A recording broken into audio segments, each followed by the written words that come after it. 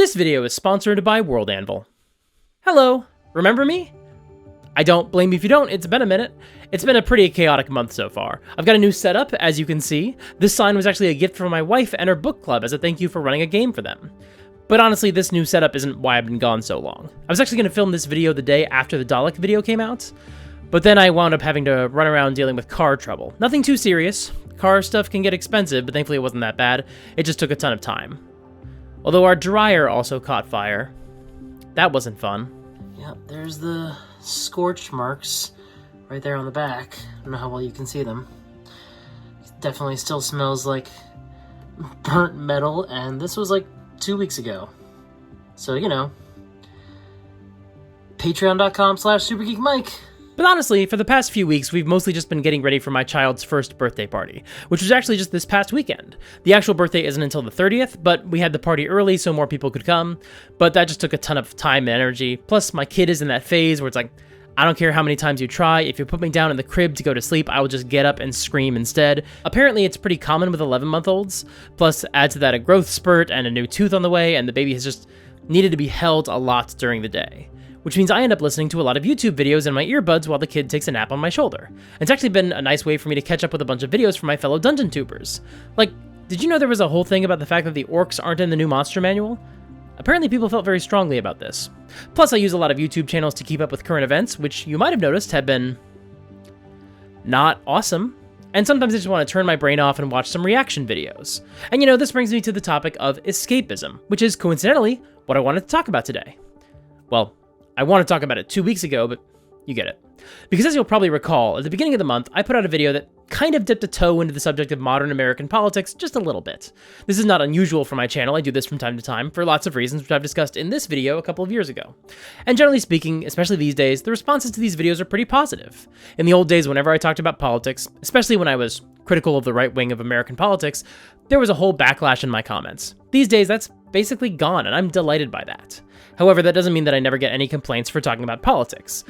And there's one complaint I get pretty persistently that I don't just want to dismiss out of hand.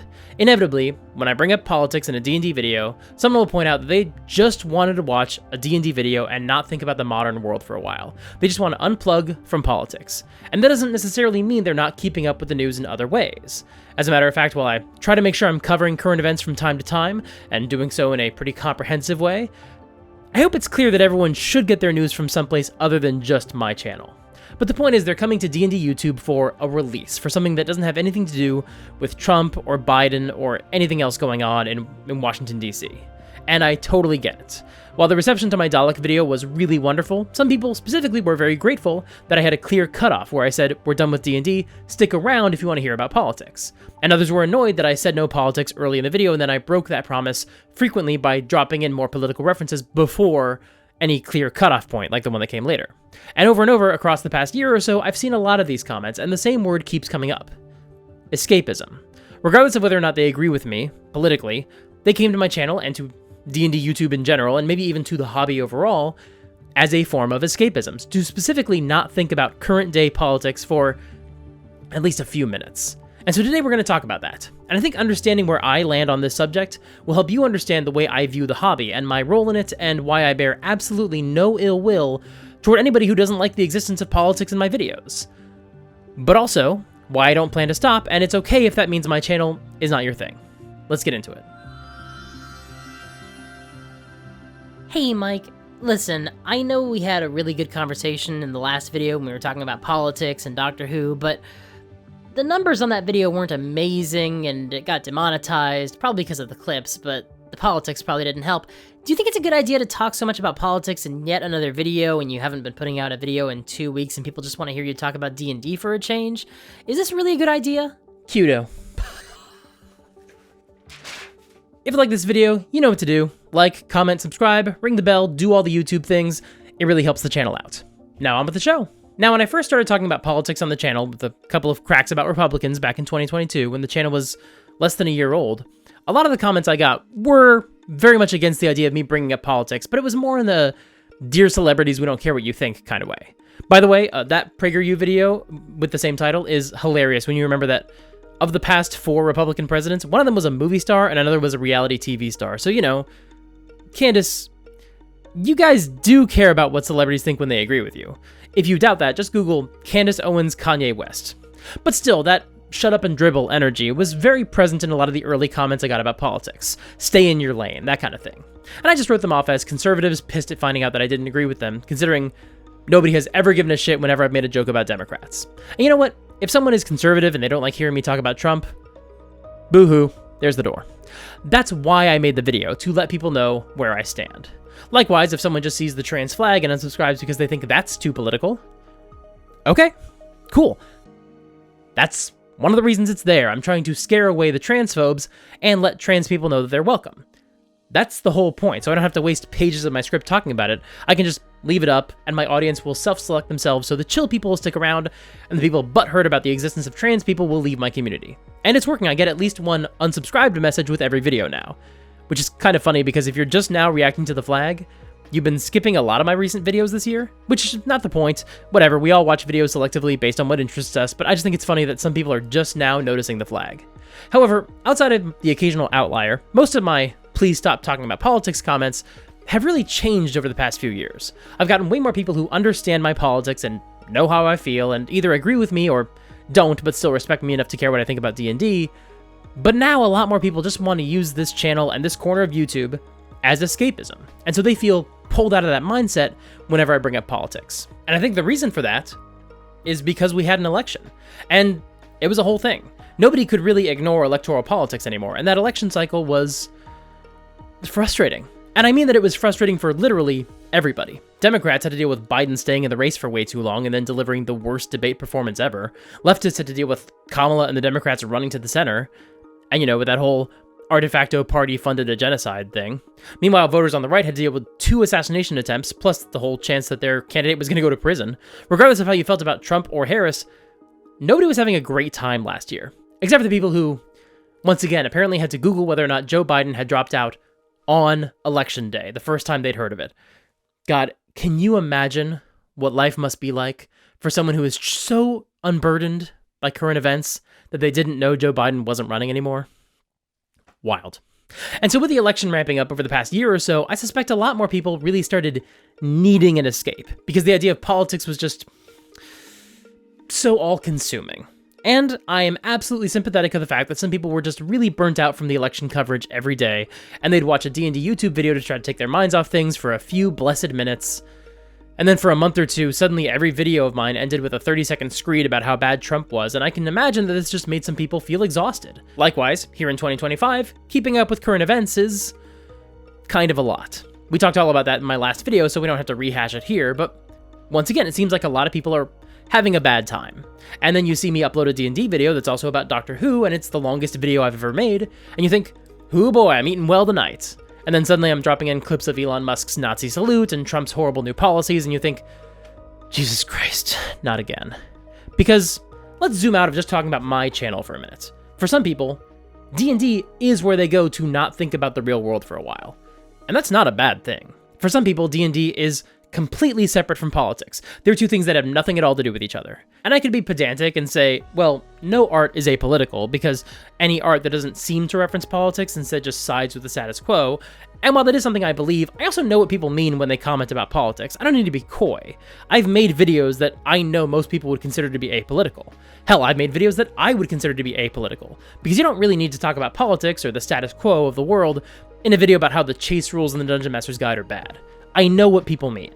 And I also know there are some people who don't mind discussions of stuff that is sometimes considered political, like when I make a reference to the more progressive art in the new editions of the game, or the importance of safety tools, or when I talk about how the true bad guy in the Pirates of the Caribbean films is just capitalism and colonialism. My audience legitimately loved that part of that video. But some people just don't want to hear about Trump specifically. And I get it. He sucks. And their argument for why they don't want to hear about it in my videos is just that they want some escapism. They don't want to think about the real world for a while. And I get it, believe me. And I want to cut off a potential argument here. I know some people consider escapism to be a bad thing. It has a negative connotation to some people. But that doesn't have to be the case. If you literally just go on the Wikipedia page for escapism, we can see that people have been belittling the idea of escapism for a long, long time. And there's also been this pushback where people say, no, actually, escapism is good. Specifically, the article quotes C.S. Lewis, J.R.R. Tolkien, and Terry Pratchett as people who all felt pretty positively about the idea of escapist media in literature. And side note, those three fantasy writers who were probably as obvious about their own personal politics as they could possibly be, they were the champions of escapism. That's just extremely fun to me, that someone would say, yeah, you should be able to escape into fantasy and not think about the real world, and then they would turn around and write a book about Lion Jesus. Although, more on that in a minute. Additionally, I completely understand the need for escapism right now. The world is kind of awful. It has a lot of wonderful beauty in it too, do not get me wrong, but when we're plugged into our phones, it's hard to see a lot of that. I don't want to sound trite. I know everyone and their mother has already made the observation that it's maybe bad that we get all of our news and entertainment and social interaction and personal validation and self-esteem from the same 4 social media sites, which also all profit off of our misery by encouraging us to doom scroll so they can show us more ads. Like, yeah, we all know that this is terrible for us. But I also need to use my phone for, like, work and also just to, like, live in society, so yeah, sometimes I'm going to fill it with podcasts and just try to disassociate for 1 fucking minute, if that's alright with everyone. And I don't blame anybody who watches anything because they just want to get a minute of peace. We all have our comfort shows and media that helps us just not focus on the world for a minute. For my wife, it's trashy reality shows and reruns of Friends, which is probably one of the most deliberately apolitical shows ever made. Like, they very deliberately did not want to rock the boat, and that's fine, the show's still funny. Didn't always age well, surprising nobody, but I still laugh at something in every episode. It's a good show.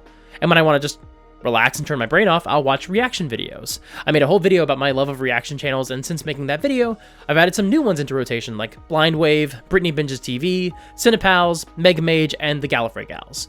Like I said, sometimes I've been dealing with a fussy baby all day, and I just want to unwind by watching somebody watch The Last Action Hero for the first time, and realize that that movie kicks ass. But this actually brings up another aspect we have to address. What is escapism? Because of those new reaction channels I just listed off, those last 2 channels, Meg Mage and the Gallifrey Gals, are very willing to discuss politics and political themes, including current events, whenever they're relevant to their reaction to whatever they're watching. And maybe that's not for everyone, but you know what? It's part of their reaction to think about these things through that lens, and so it's relevant to the video, and so I think that's interesting, and I like to hear about that. Plus, it helps that I basically share their politics. Like I said in my video about why I talk about politics in my videos, half the reason I do it is to make sure you know where I stand in case that's important to you. Because these days, sometimes it's just nice to know unambiguously that a creator isn't going to surprise you by suddenly revealing themselves to be really conservative or really into AI or crypto or whatever. But I'm sure these channels get the same comments that I do from time to time. Why'd you go on a tangent about politics? It has nothing to do with the show.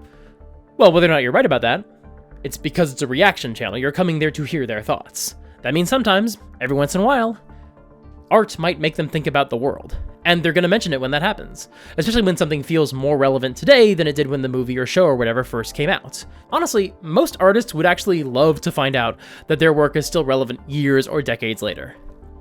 Maybe not in the depressingly relevant way that our lives reflect every post-apocalyptic dystopia ever made, but still, I bet you George Lucas isn't annoyed when people compare Star Wars to modern American politics, you know what I mean? Like, the Gallifrey Gals are watching Battlestar Galactica right now, the most explicitly post-9/11 show ever made, and I have to hope that everyone tuning into those reactions understands that politics is gonna come up sometime. Again, zooming out of YouTube comment sections, for some people, escapism specifically means we're not gonna talk about real-world stuff for a while. And I think this is where we need to discuss the fact that, depending on who you are and what you're going through, we might have different definitions of escapism. Or, to be more accurate, different criteria for what makes something escapist media. I think we can agree that, generally speaking, escapist media is designed to make you feel better about your own problems. But I think for a lot of people, that means making you forget they exist. Certainly, that seems to be the most common interpretation. Again, quoting from the Wikipedia article for escapism, Life magazine, which became hugely popular during the 1930s, was said to have pictures that give no indication that there was such a thing as depression. Most of the pictures are of bathing beauties and ship launches and building projects and sports heroes, of almost anything but poverty and unemployment. That last quote is from Alan Brinkley in his book Culture and Politics in the Great Depression. Again, I'm getting it from Wikipedia. And he also wrote about how films chose to tell comedic stories that allowed people to ignore the real-world tragedies of the Great Depression, which they had to live with every day. However, is that the only form of escapism? What about wish fulfillment stories? Think of any story where a scrappy underdog is put upon by the world and is able to overcome adversity and triumph. When we watch some bullied kid fight back against his bullies, we're not forgetting real-world problems, but we are getting to live in the fantasy of being able to push back and watching someone do something we wish we could do, or that we wish someone would do. One of my favorite movies ever is Dave, the 1993 Kevin Kline movie about the radical concept of what if a nice guy was the president for a change. It's a wonderfully charming, wholesome, feel-good film that is also explicitly about a political coup and about one normal guy navigating the treacherous waters of Washington, D.C. Sure, it's sanitized and simple, there's no wars or anything for Dave to deal with like that, but he does visit a homeless shelter and discovers that the only homeless residents are children. This delightful, heartwarming comedy has a subplot about child poverty in America, and it's great. And for some people, that would not feel like escapism to them. Maybe that's because of the subject of homelessness or child poverty being something that's personally significant to them, or maybe just because that subject is too heavy for you to really fully feel like it allows you to escape into fiction. Honestly, the same could go for the entire film, although I just gotta say, you need to watch this movie. It's so good, and so feel good. But again, I don't begrudge anyone who doesn't want their hobby, the way they unwind, to hit them with unexpected politics. Even though I think D&D can explore broader themes really well, and more on that in a minute, the last thing I'd want is for my GM to start doing a Trump voice. And the same goes for lots of different forms of escapist media. Sitcoms are famously just fluffy entertainment, just meant to entertain a family for half an hour, and most of the time, nobody expects anything more from them, and we certainly don't expect them to address current events. Imagine if the final episode of The Andy Griffith Show had featured Don Knotts turning to the camera and saying, "President Johnson, you're a war criminal." I mean, don't get me wrong, I think that would have been the sickest shit ever, but I'll also concede that a lot of the audience might have felt a bit distracted by that. But that being said, sometimes sitcoms do address real-world stuff. Sure, sometimes we get some warning, join us for a very special episode of Home Improvement or whatever, but other times, a show would just sideswipe you with some heavy shit out of nowhere. This flag, Mrs. Devereaux, is not about college football games or quilting bees or fried chicken on Sunday. It's about colleges that won't let me in. What happened to his second chance? What happened to his second chance? I had 14 great birthdays without him. He never even sent me a damn card. To hell with him! I know this seems crazy, but it didn't used to be that weird for someone to use their platform to advocate for the causes that matter to them. Even Friends, a show that absolutely did not want you to think about politics, still had a lesbian wedding in season 2 that was literally officiated by a notable gay rights activist who was also Newt Gingrich's real-life sibling, and that's kind of a baller move.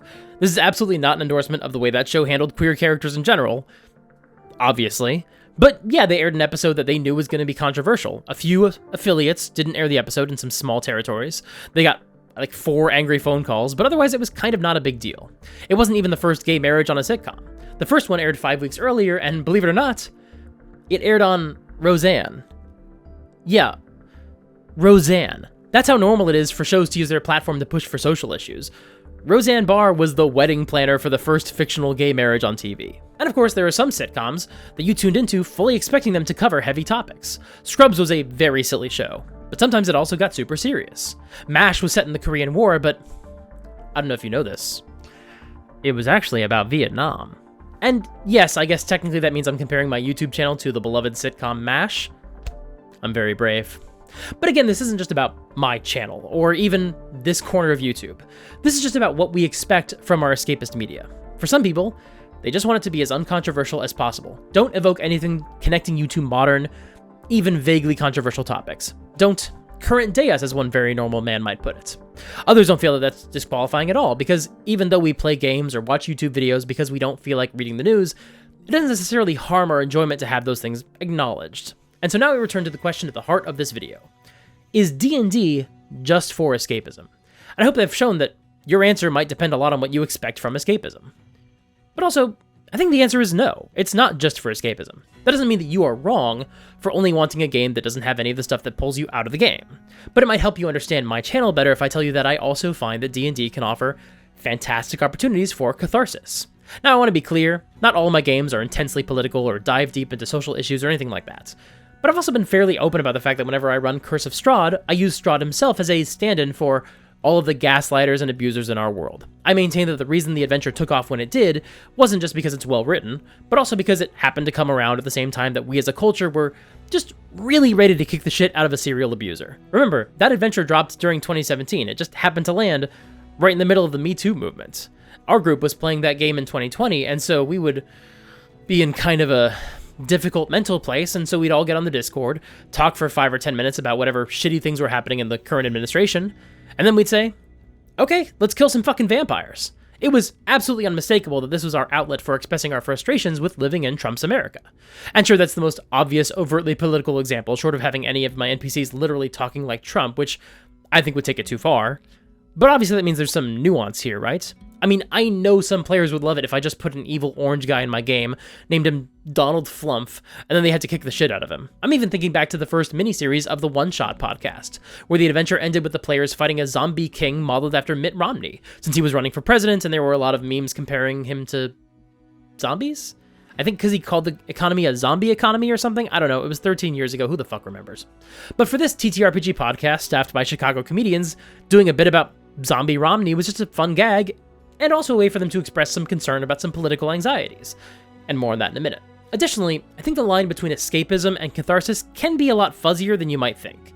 For example, a lot of our D&D characters are just idealized versions of ourselves, especially when we first start playing.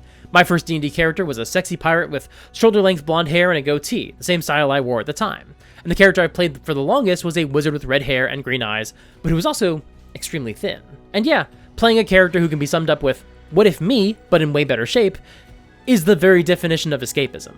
But I also know there are a lot of D&D players out there who started playing characters of different sexualities or genders, and throughout the process of play, they discovered that they themselves weren't as straight or as cisgender as they thought.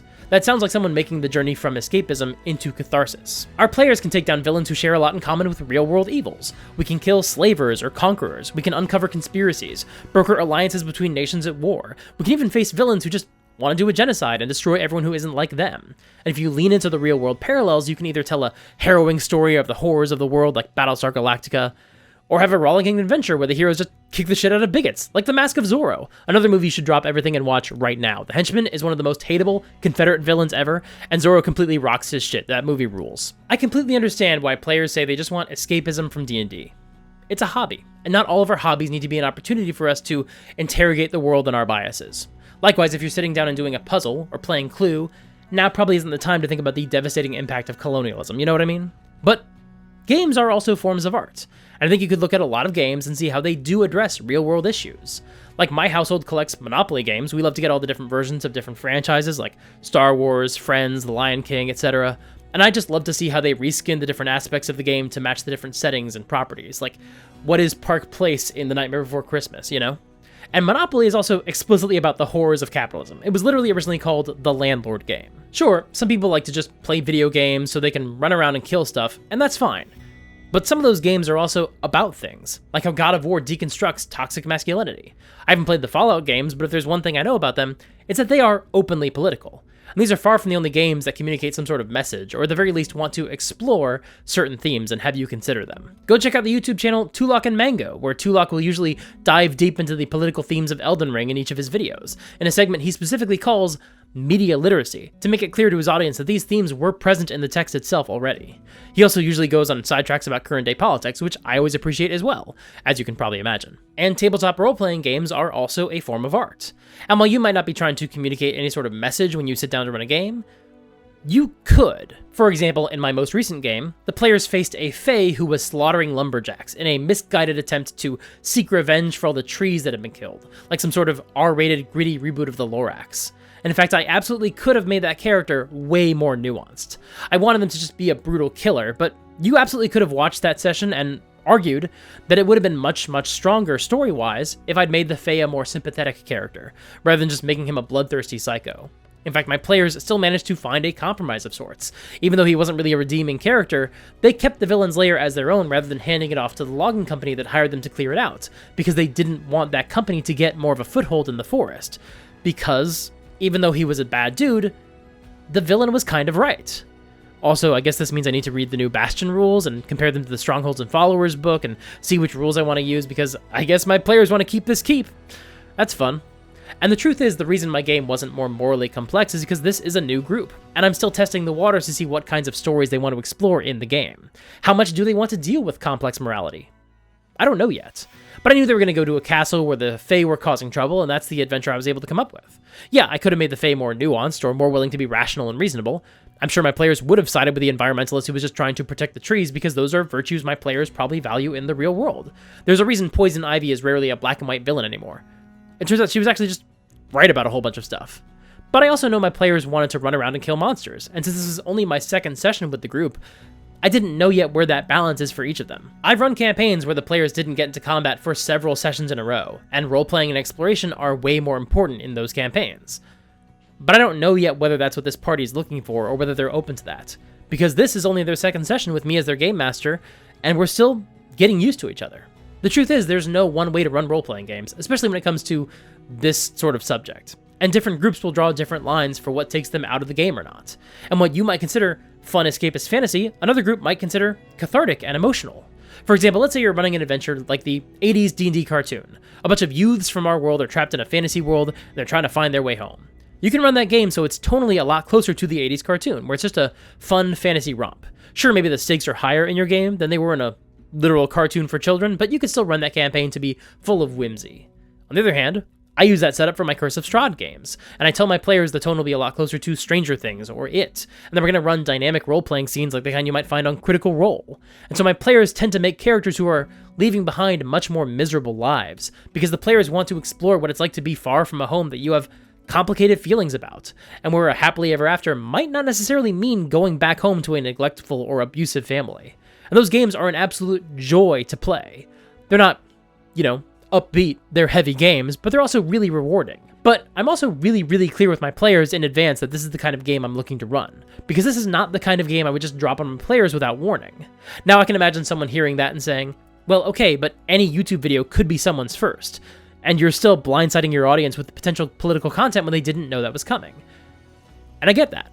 Whenever someone comments, unsubscribe, please don't bring politics into D&D, some other subscribers might reply by saying, he puts political stuff in all his videos, and that's true, but sometimes those replies are like, come on, how did you not notice how political he is? That's on you. And I get a little uncomfortable with my audience making that argument because the original commenter might not know that. This might only be their first video of mine. And besides, as much as I appreciate commenters wanting to rush to my defense, you all don't have to be the sheriffs of my comment sections. I already have that handled. I appreciate it, but it's not necessary. But honestly, if all you're looking for is escapism where you can just turn your brain off and not think about anything, you probably shouldn't watch my videos because you're probably not in the right headspace for them. I don't say that with any malice in my heart or any judgment at all. It's just not the kind of video I tend to make. I love to tackle deeper subjects and get my hands dirty by getting into all the ramifications of a subject. And along the way, I'll pepper in very deliberate references to my politics because I don't tend to draw a harsh line between those topics. When I make a Trump joke in a video that's all about, like, the patriarchy of organized religion or whatever, and people are surprised I brought in real-world politics, that does kind of make me laugh. Like, I don't know, I figured we were already talking about the real shit, so I don't feel it's jarring to take a sidebar into my feelings on modern politics, if I think it's irrelevant or funny. But for some people, it is different. There's some boundary there that makes one topic acceptable, but the other is too far, or too real, or too raw. Or maybe they just think that any tangent automatically spoils a video if it's not super related, which is valid, although once again, if that's how you feel, I don't think you're going to like my channel that much. But once again, the reason I mention politics is because I don't just view my videos as escapism. I see nothing wrong with escapism, I watch the hell out of a lot of it, and as I hope I've pointed out, I feel that there's a lot of media that can be escapist and can also still be thoughtful or incorporate real-world anxieties in some way. But I explicitly want you to think about some deeper topics. I want us to have a complex and nuanced dialogue. I want you to know what I'm thinking so we can be on the same page. Even if you don't agree with me, if I can get you fully immersed in my headspace, then we can actually have a real discussion about the topic at hand. And on the subject of catharsis, yeah, sometimes I just bring up the things that are happening in the world right now because they're on my mind, and maybe they're weighing heavily on me. And it's possible you feel the same way, and it might help you to hear someone on the screen say, hey, wasn't that fucked up? Because this is my way of trying to strengthen our community, especially these days when the people in charge are so willing to deny reality. I think it's valuable for me to look you in the eye and say, no, you're not crazy. That thing they did does suck. I think that's cathartic. And if that's not your thing, hey, no worries, I get it. You might want to take a pass on my videos for a while until you're in the right headspace for something that's not going to be completely apolitical. Throw it in your watch later and come back to it when you're ready. I really don't mind. I get it. I think part of the issue is that some people don't like to hear that something might not be made for them, or at least might not be made for them at any given time. Might not be right for you right now. But if you don't enjoy a little wink to the audience about politics or discussions about the deeper themes of D&D, and if you're not interested in hearing any discussion about how we can run cathartic, emotional, impactful games, then I don't think you're the target audience for my videos. And again, that's fine. You're still welcome to watch in your own time, or take a break for a while, or dip out entirely, or never watch again. I won't be offended by that. There's lots of other D&D channels that rarely, if ever, bring up real-world politics. but that's just not how I do things, either in my videos or my D&D table. Now, one complaint I hear a lot in the trenches of fan communities is that some people are fine with politics showing up in the stuff they watch or read. They just want it to be actually integrated into the story rather than being distracting. And sure, some of those comments are bad faith from people who think it's distracting when a woman of color is on screen, but this argument wouldn't have taken off if there weren't completely normal people who genuinely just want well-written stories, regardless of what they're about. And when we're running our D&D games, we want the world's politics and themes to be properly integrated into every aspect of the setting, to make sure it feels like one cohesive world. And that's easier than ever to do if you use today's sponsor, World Anvil. World Anvil is a wonderful resource that you can use to create articles for your world and share them with your players. And they have these amazing prompts. I talk about them all the time, but they really are helpful. When you're creating a new setting, especially a nation or a faction or a city, the website has these prompts that you can use to flesh out details you might not have thought of. For example, I rarely think about the founders of the cities or many of the factions of my world, but that's one of the questions World Anvil poses whenever I'm filling out a new article. And that question makes me think about things that I might not have thought about before, and that helps me add new dimension and depth to my setting. Additionally, the auto-linker feature allows me to effortlessly link pages together without having to scroll through and find the connections myself. And when you do these things, you can create a world that actually feels cohesive and real, and like it has history and different aspects that all link together without that process taking all that much time for you. Because World Anvil makes it easy and even helps to inspire you. And if you visit worldanvil.com/supergeekmike and use the promo code SUPERGEEK at checkout, you can save 51% off of any annual membership. Once again, that's worldanvil.com/supergeekmike and use the promo code SUPERGEEK. Thank you so much to World Anvil for sponsoring this video. Okay, Oddwick, you can come out now. I know that note didn't actually banish you. Yeah, that doesn't work on me. So why'd you disappear? Well, you were trying to get rid of me. If someone wants you to leave, you should leave. It doesn't matter that the magic spell didn't work. You still wanted to be alone, and I wanted to respect that. Oh, that's sweet. So just out of curiosity, is there a way to make you actually vanish for good? Of course, once you reach 100,000 subscribers. Oh god, I forgot about that. Okay, Cudo. See you soon. Thanks so much for watching, I really appreciate it. And let me know in the comments, do your games lean more toward escapism or catharsis? Or do you feel your games don't really fit neatly into those categories at all? What's your deal? How are you? Let me know in the comments below. How are you? And while you're down there, you know the drill. Like and subscribe, ring the bell, do the YouTube things, check out my Patreon to help me buy a new dryer, I guess. God, I forgot about that. See? Escapism, I guess. Anyway, join my Discord, sign up for my newsletter, it's all down there, it's all awesome. And speaking of things that are awesome, click here to watch a video I made about an awesome new character I really want to play in a future D&D game. Until next time, play fair, and have fun.